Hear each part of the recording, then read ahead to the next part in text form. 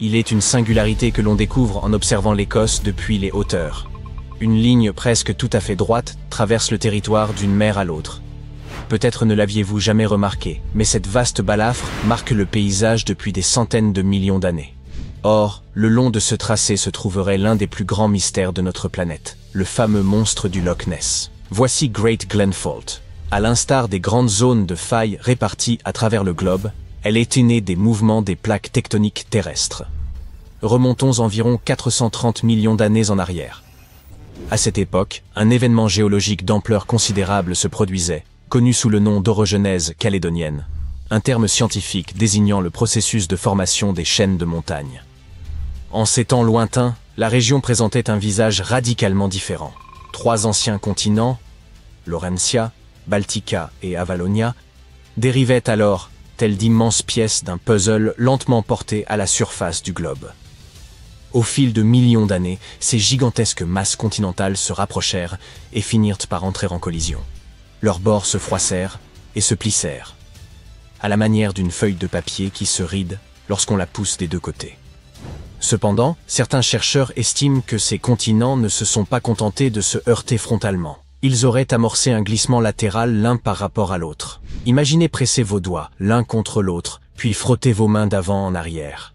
Ce mouvement transversal illustre ce que les spécialistes nomment une faille de décrochement, où d'immenses blocs rocheux se déplacent horizontalement plutôt que verticalement.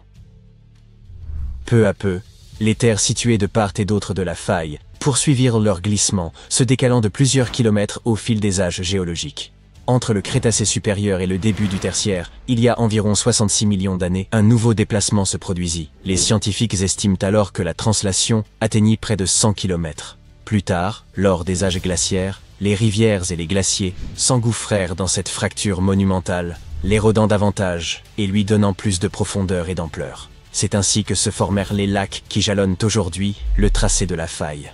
En résumé, si l'on verse tous ces éléments dans un vaste mélangeur géologique, on obtient Great Glen Fault telle qu'elle se présente aujourd'hui, dans toute sa majestueuse splendeur. Tous ces déplacements de la croûte terrestre ont contribué à modeler les montagnes et les profondes vallées qui façonnent les Highlands actuels. Effet surprenant, l'histoire de cette faille ne se limite pas à l'Écosse, car cette cicatrice terrestre possède un double cachet de l'autre côté de l'océan. Il est probable que la faille se poursuive au-delà de l'Atlantique Nord, en Amérique du Nord. Toutefois, elle n'y forme plus une fracture continue. En effet, il y a environ 200 millions d'années, un bouleversement majeur s'est produit. La dorsale médio-atlantique commençait à se former, créant une immense chaîne montagneuse sous-marine qui repoussa progressivement les continents et interrompit la faille originelle. Aujourd'hui, le segment nord-américain de cette structure tectonique est désigné sous le nom de faille de Cabot ou Long Range Fault. Elle traverse toute la partie nord-ouest de Terre-Neuve au Canada et se prolonge jusque dans le golfe du Saint-Laurent.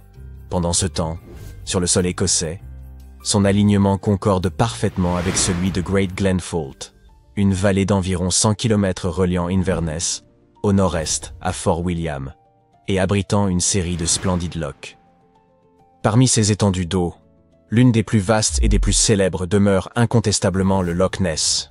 Oui, il s'agit bien de ce lac mystérieux auquel la tradition attribue l'existence d'un monstre au long cou, qui, selon les récits, émergerait parfois à la surface, provoquant un frisson d'effroi chez ceux qui ont la chance ou la malchance de l'apercevoir. Du moins, si l'on en croit la rumeur qui court depuis des générations. Pourtant, malgré de longues décennies d'investigations mobilisant des technologies allant des drones à imagerie thermique aux submersibles miniatures, aucune preuve tangible de la présence du monstre n'a jamais été recueillie. Fait intrigant. Certains chercheurs établissent un lien direct entre la légende et l'activité de Great Glen Fault. Selon eux, de nombreuses observations de Nesimo pourraient n'être que de larges bulles émergeant à la surface, engendrées par l'activité tectonique.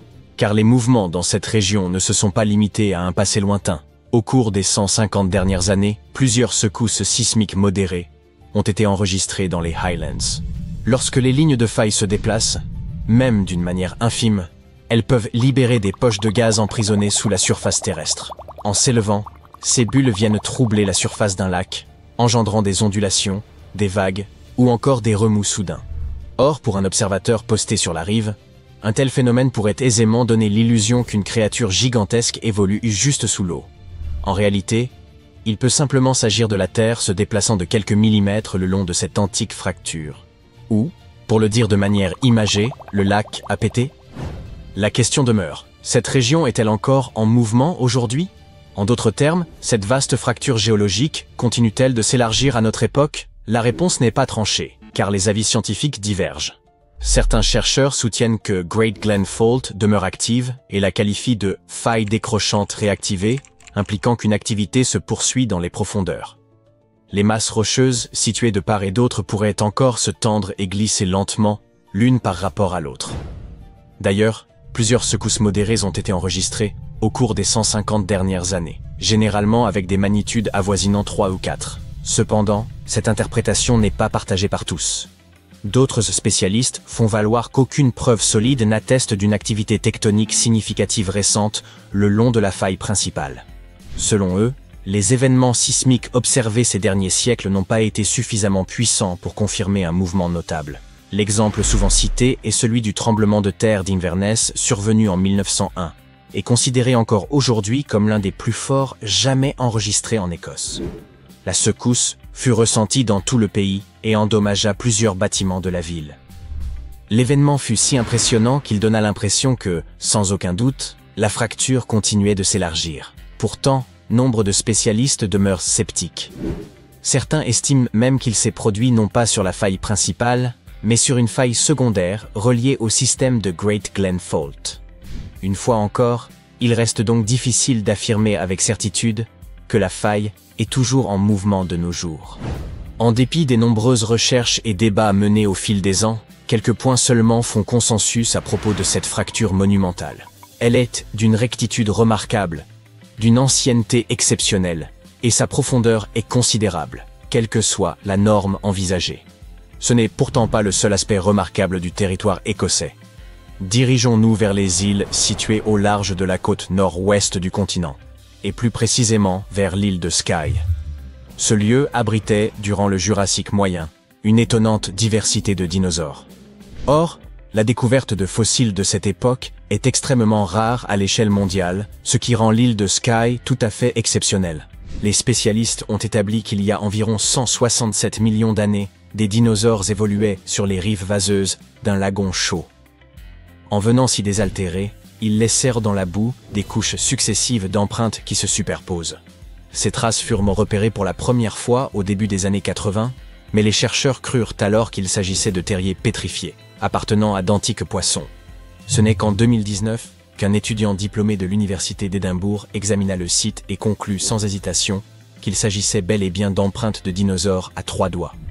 Et son intuition se confirma. Après plusieurs années de prospection minutieuse, lui et son équipe mirent au jour plus de 130 empreintes distinctes. Selon leurs analyses, ces traces auraient été laissées par des mégalosaures, de grands dinosaures mesurant environ 6 mètres de long, redoutables carnivores occupant alors le sommet de la chaîne alimentaire locale durant le Jurassique moyen. Toutefois, à l'époque où ces marques furent imprimées dans le sol, ces imposants prédateurs ne semblaient pas être en chasse. L'orientation variée de leurs pas suggère qu'ils se déplaçaient sans but précis, errant à proximité de l'eau. Ce site revêt donc une importance exceptionnelle, car il nous offre une rare fenêtre sur le quotidien de la faune durant la période jurassique. Une fissure géante, de plus de 3500 km de long, s'ouvre à travers l'Afrique. Routes, maisons, même les écoles se font déchirer. Aujourd'hui, les scientifiques pensent qu'ils ont enfin compris ce qui en est la cause. Une colonne énorme de roches brûlantes, un super panache, qui monte des profondeurs de la planète. Et elle pousse lentement les terres, centimètre par centimètre. Il ne s'agit pas d'un petit changement. Le continent est en train de se diviser en deux, et l'indice sur ce qui se passe pourrait être caché à des milliers de kilomètres, à Hawaï. Et pourquoi les États-Unis jouent-ils soudainement un rôle dans tout cela ? Attendons un peu, nous y arriverons. Tout d'abord, il est important de savoir que l'information n'est pas nouvelle. L'Afrique se divise lentement depuis environ 25 millions d'années. Cela se produit dans une zone qui porte le nom de système du Rift Est africain. Elle s'étend sur des milliers de kilomètres, de l'Éthiopie jusqu'au Mozambique, et c'est le plus grand système de rift continental actif sur la planète. Par là, je veux dire des endroits où la croûte terrestre est étirée et écartée, provoquant des failles, des tremblements de terre et des éruptions volcaniques. Des choses effrayantes, c'est le moins qu'on puisse dire. En 2018, par exemple, une immense fissure est apparue près d'une petite ville juste à l'ouest de la capitale du Kenya, Nairobi. À certains endroits, elle faisait environ 20 mètres de large, soit presque la taille de 2 autobus scolaires garés l'un derrière l'autre. C'était absolument terrifiant. Cela s'est produit très rapidement et ça détruit pas mal de choses. Les routes étaient coupées, les fermes dévastées, les gens étaient sur les nerfs. Le sol s'ouvrait littéralement sous leurs pieds. Un homme a vu la fissure traverser sa maison. Il a à peine eu le temps de récupérer quelques-unes de ses affaires avant que tout ne s'effondre. Effrayant, non ? Étant donné que cela s'est produit dans la région du Grand Rift en Afrique de l'Est, la panique s'est propagée rapidement. Les médias s'en sont emparés, affirmant que c'était la preuve que l'Afrique se divisait. Les personnes qui vivaient près de la crevasse se sont dit « ça y est, c'est en train d'arriver ». Et beaucoup le croient encore aujourd'hui. Mais ce n'est pas vraiment le cas. Du moins, pas avec cette crevasse-là. Car après la panique initiale, des vidéos et des photos ont révélé des indices montrant qu'elle n'était pas liée au mouvement des plaques tectoniques. Premier indice, les deux côtés de la crevasse ne correspondaient pas. Comme quand on cherche à emboîter deux pièces de puzzle qui ne correspondent pas, les bords ne s'alignaient tout simplement pas. Deuxième indice, l'écart ne formait pas une ligne continue. Il y avait une sorte de pont entre les deux. Tout cela montrait qu'il s'agissait d'une érosion soudaine. Certains spécialistes croient que la fissure était autrefois remplie de cendres volcaniques provenant du mont Longono voisin. Mais ensuite, la région a été frappée par de fortes pluies. Lorsque l'eau a imprégné le sol, elle a emporté les cendres, rendant l'écart visible. Problème résolu. Mais bien que la vérité soit apparue, il était trop tard. Cet événement avait relancé toute la discussion sur la division physique et imminente de l'Afrique. Mais écoutez bien, même si cette fissure n'avait rien à voir avec ce phénomène, ne vous méprenez pas. L'Afrique est bien en train de se séparer. Parce que le continent se trouve entre deux plaques tectoniques. La plaque somalienne à l'est et la plaque nubienne à l'ouest. Le problème, c'est qu'elles s'éloignent l'une de l'autre. Et à mesure qu'elles se séparent, le fossé dans le rift est-africain ne cesse de s'élargir. Finalement, la plaque somalienne pourrait se détacher complètement de la plaque nubienne, créant une toute nouvelle masse terrestre. Quelque chose de l'ordre de Madagascar ou de la Nouvelle-Zélande. Mais ne vous inquiétez pas, ce processus est super lent. Si lent qu'aucun d'entre nous n'en verra jamais la fin. Les experts disent que le continent se déplace d'environ 0,3 pouces par an à certains endroits.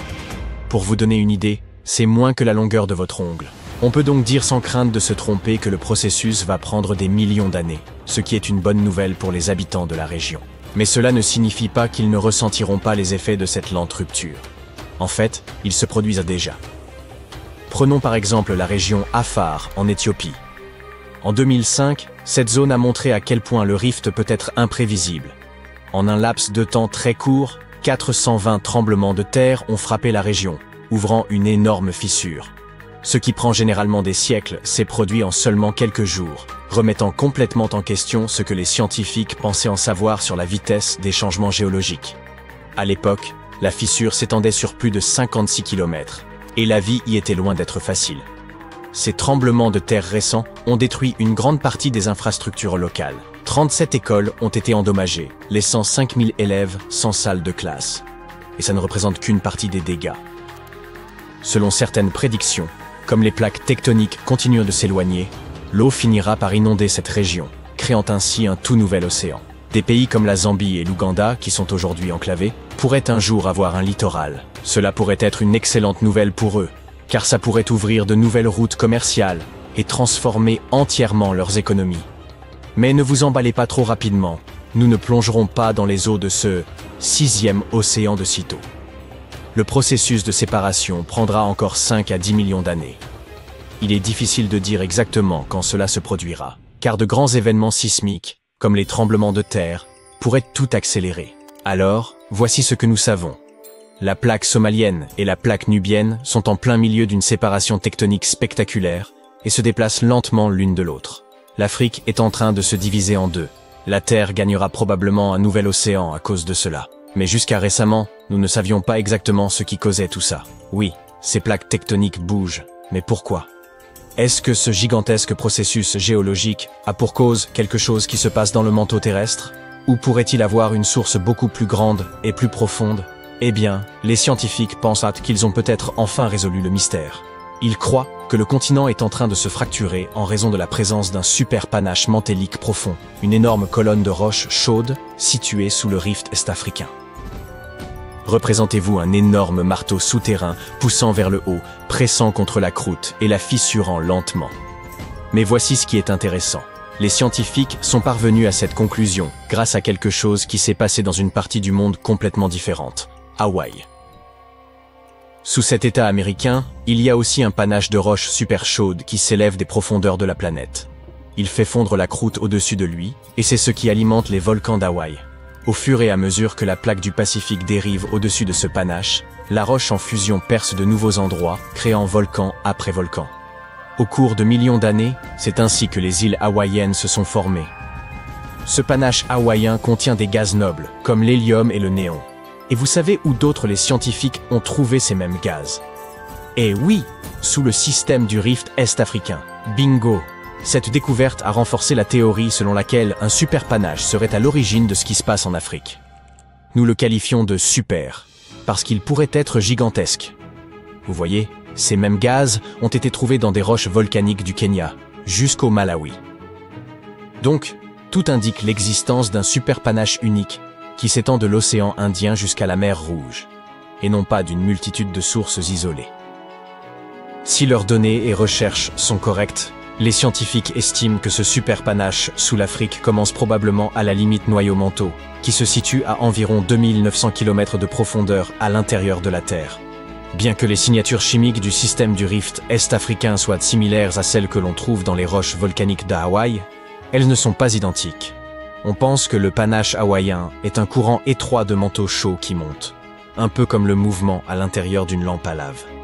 Le panache africain pourrait avoir une forme différente et ressembler davantage à une grande masse de matériaux chauds et flottants qui s'élèvent des profondeurs de la Terre. Lorsqu'il atteint la surface, ce matériau frappe la couche extérieure, qui est froide et solide, et se répand en poussant suffisamment fort pour la fissurer et déclencher une intense activité volcanique dans toute la région. Si cette théorie est correcte, nous sommes en présence d'une force lente, mais inarrêtable, qui redessinera la carte de l'Afrique et changera le continent à jamais. L'Inde pourrait bien se scinder horizontalement en deux parties alors qu'elle entre en collision avec l'Eurasie. Le mouvement de la plaque indienne, qui inclut la majeure partie de l'Asie du Sud contemporaine, fait croître l'Himalaya. Ce processus a commencé il y a environ 60 millions d'années, lorsque la plaque a d'abord heurté l'Eurasie. Des chercheurs de l'université d'Utrecht, aux Pays-Bas, ont eu recours à une simulation générée par l'intelligence artificielle pour voir à quoi ressemblerait cette région un jour. Le modèle informatique a montré que le sous-continent indien fusionnerait avec la corne de l'Afrique d'ici environ 200 millions d'années. Les villes actuelles de Bombay en Inde et de Mogadiscio en Somalie deviendront de proches voisines. Elles seront situées le long de la chaîne de montagnes nouvellement formée que les scientifiques ont provisoirement baptisée Somalaya. De l'autre côté de cette formation géologique, Madagascar finira connecté à Sumatra, tandis que Kolkata et l'île Maurice occuperont la même région. Le Sri Lanka cessera d'exister en tant que tel car il fera partie intégrante du sous-continent indien. Plus au nord, les scientifiques prédisent que l'altitude de l'Himalaya devrait augmenter dans un futur proche. Alors que la plaque indienne continue de se déplacer vers le nord, le paysage environnant connaîtra des changements majeurs. La faille actuelle dérivera plus au sud. Des dizaines de milliers d'années dans le futur, il se pourrait qu'il n'y ait plus de Népal. La chaîne de l'Himalaya se sera étendue latéralement pour engloutir complètement ce pays montagneux. Et il pourrait y avoir beaucoup plus de tremblements de terre dans cette partie du monde, en raison d'un tel mouvement. La plupart des chercheurs s'accordent à dire que la vitesse à laquelle l'Inde se déplace vers le nord dans la plaque eurasienne est d'à peine 2 mm chaque année. Certains pensent que cela se produit en raison de la flottabilité de la plaque. Elle empêcherait la plaque indienne de s'enfoncer dans le manteau, ce qui donnerait au Tibet sa topographie surélevée. D'autres chercheurs croient que la structure fléchit sous cette pression. Le processus ressemble à ce qui se passe avec une feuille de papier lorsque vous la poussez horizontalement contre un mur. Plus vous appliquez de pression contre son bord, plus la feuille commence à s'élever au milieu. Dans le monde réel, cette élévation serait le plateau tibétain. Une théorie récente nous livre une troisième explication de ce processus. Cette thèse doit encore faire l'objet d'un examen par les pairs, mais ses conclusions semblent intrigantes. L'équipe internationale de chercheurs a introduit un nouveau concept. La délamination de la plaque indienne. Ce terme signifie simplement la séparation des couches dans un matériau qui est censé être solidaire. Pensez à un sandwich qui aurait des tranches de fromage et de jambon entre deux tranches de pain. Retirez l'une de ces couches du sandwich et vous obtenez une délamination. En termes géologiques, ce processus implique que la partie supérieure de la plaque se sépare et se déplace vers le haut. Dans le cas de la plaque indienne, il s'agit de la section qui supporte l'élévation du Tibet. La section inférieure est plus dense, ce qui la fait couler dans le manteau. La tectonique des plaques est, de cette manière, similaire à un gâteau à plusieurs couches. Les pâtissiers placent la couche spongieuse et plus dense en bas pour que le dessus, plus lourd, ne l'écrase pas. Les scientifiques ont élaboré cette théorie en analysant l'hélium présent dans les échantillons d'eau des sources chaudes de la région. L'hélium 3 est un isotope rare qui indique que le manteau est proche de la surface de la Terre. Les chercheurs ont mesuré les rapports isotopiques de l'hélium dans 200 sources tibétaines. Le schéma qu'ils ont observé montre à quelle proximité le manteau se trouve de la surface nord du Tibet. Plus au sud, ils ont retrouvé beaucoup d'hélium 4, un autre isotope, ce qui signifie que la plaque est intacte. Il forme une barrière que l'hélium 3 ne peut pas pénétrer, sauf dans une région proche du Bhoutan, dans la partie orientale de l'Himalaya. L'activité sismique de la région est une preuve tangible que la délamination, cette théorie du sandwich, s'appliquerait bien ici. Et cela nous montre que le manteau s'infiltre du côté est du plateau. Ce concept remet en question les idées anciennement établies sur le comportement des plaques tectoniques. Les chercheurs à l'origine de cette étude soupçonnent que la forme unique de la plaque indienne contribue à ce processus de délamination. Elle est la plus épaisse à son point, le plus au nord et la plus mince à l'est et à l'ouest.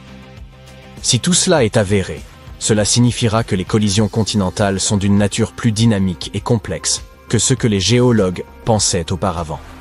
Les scientifiques n'ont pas encore suffisamment de preuves concrètes pour prouver l'exactitude de la nouvelle théorie, juste quelques indices. Forer à des profondeurs de plus de 100 km est pour l'heure mécaniquement impossible. De telles excavations sont nécessaires pour être à 100% certain qu'un tel processus de délamination est en cours. Avec la technologie adéquate, nous serions en mesure de mieux comprendre les risques associés aux tremblements de terre dans la région Asie-Pacifique. C'est l'emplacement de la fameuse ceinture de feu, où 75% des volcans de la planète se situent. 9 tremblements de terre sur 10 ont lieu ici.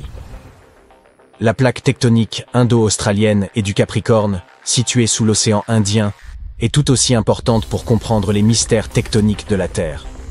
Le terme que les géophysiciens emploient pour de telles zones est la limite de plaques naissantes. Ce sont des endroits où les plaques tectoniques commencent tout juste à se séparer ou à pousser l'une contre l'autre. Elles représentent le stade initial d'une limite de plaques à part entière. Une telle transformation géologique se déroule à un rythme d'à peine plus d'1 millimètre chaque année. C'est à peu près aussi long que la largeur d'un brin de spaghetti. Cela ne devrait pas trop nous inquiéter de notre point de vue actuel. La plaque de l'Inde, de l'Australie et du Capricorne est destinée à se fendre en deux au cours des prochaines dizaines de millions d'années. Des chercheurs français ont étudié les relevés de 2 tremblements de terre qui s'étaient produits en 2012 et en ont conclu qu'il devait se trouver une frontière naissante à cet endroit. Les tremblements de terre se produisent normalement dans les zones où 2 plaques tectoniques ou plus se rencontrent. Mais les secousses de l'océan Indien se sont produites au beau milieu de la plaque. Les scientifiques ont balayé les fonds marins au sonar afin de les cartographier et de comprendre ce qui se passait réellement là-bas. Après un examen approfondi de la zone marine du bassin de Wharton, au large des côtes d'Australie occidentale, les chercheurs ont découvert un réseau complexe de 62 bassins en pull-apart le long d'une zone de fracture. Ces données scientifiques soutenaient l'idée que la plaque tectonique se brisait lentement mais sûrement. C'est une autre preuve que la couche externe de notre planète est dynamique et non statique. Dans certains cas, vous n'avez pas besoin d'être un grand savant pour remarquer ces puissantes forces souterraines. D'énormes crevasses ont émergé pratiquement du jour au lendemain en raison de fortes pluies dans une région rurale et sismiquement active du Kenya. D'abord en 2018, puis, à nouveau, en 2023. La population locale a baptisé la plus grande d'entre elles, le Grand Canyon. Ces événements n'étaient pas des incidents ponctuels, mais des signaux provenant de l'ensemble des failles d'Afrique de l'Est, dont la vallée du Grand Rift fait partie. Cet immense phénomène géologique, s'étendant de la Jordanie jusqu'au Mozambique, nous montre la division progressive du continent africain en deux sous-continents. Vous pouvez trouver de tels rifts partout dans le monde, démontrant la manière dont les mouvements des plaques tectoniques modifient notre planète. Le rift est-africain expose les dynamiques sous-jacentes des plaques nubiennes et somaliennes. La plaque nubienne supporte la majeure partie du continent et la plaque somalienne, plus petite, est le berceau de la Corne de l'Afrique. Les deux s'éloignent progressivement l'une de l'autre, ce qui provoque la formation de crevasses à l'intérieur de la vallée du Grand Rift. Ce processus de rift continental, se déroulant à un rythme légèrement plus rapide que celui de l'Inde, conduira finalement à la scission de l'Afrique en deux continents. Tout le processus, qui devrait se produire au cours des 10 à 50 prochains millions d'années, marque un événement géologique significatif qui nous rappelle les transformations historiques de la Terre. La dernière fois que la géographie de notre planète a changé si drastiquement, c'était pendant la période jurassique. La carte du monde de cette époque est reconnaissable, mais les masses terrestres étaient positionnées de manière bien du point de vue moderne. Au nord, l'Eurasie était encore vaguement connectée à l'Amérique du Nord, formant un ensemble appelé l'Eurasie. Cette masse terrestre s'éloignait lentement du supercontinent de Gondwana plus au sud. Il était composé de ce que nous connaissons aujourd'hui comme l'Afrique, l'Amérique du Sud, l'Australie et l'Antarctique. À l'époque, la plaque indienne était plus proche de Madagascar que de l'Eurasie, comme c'est encore un peu le cas aujourd'hui.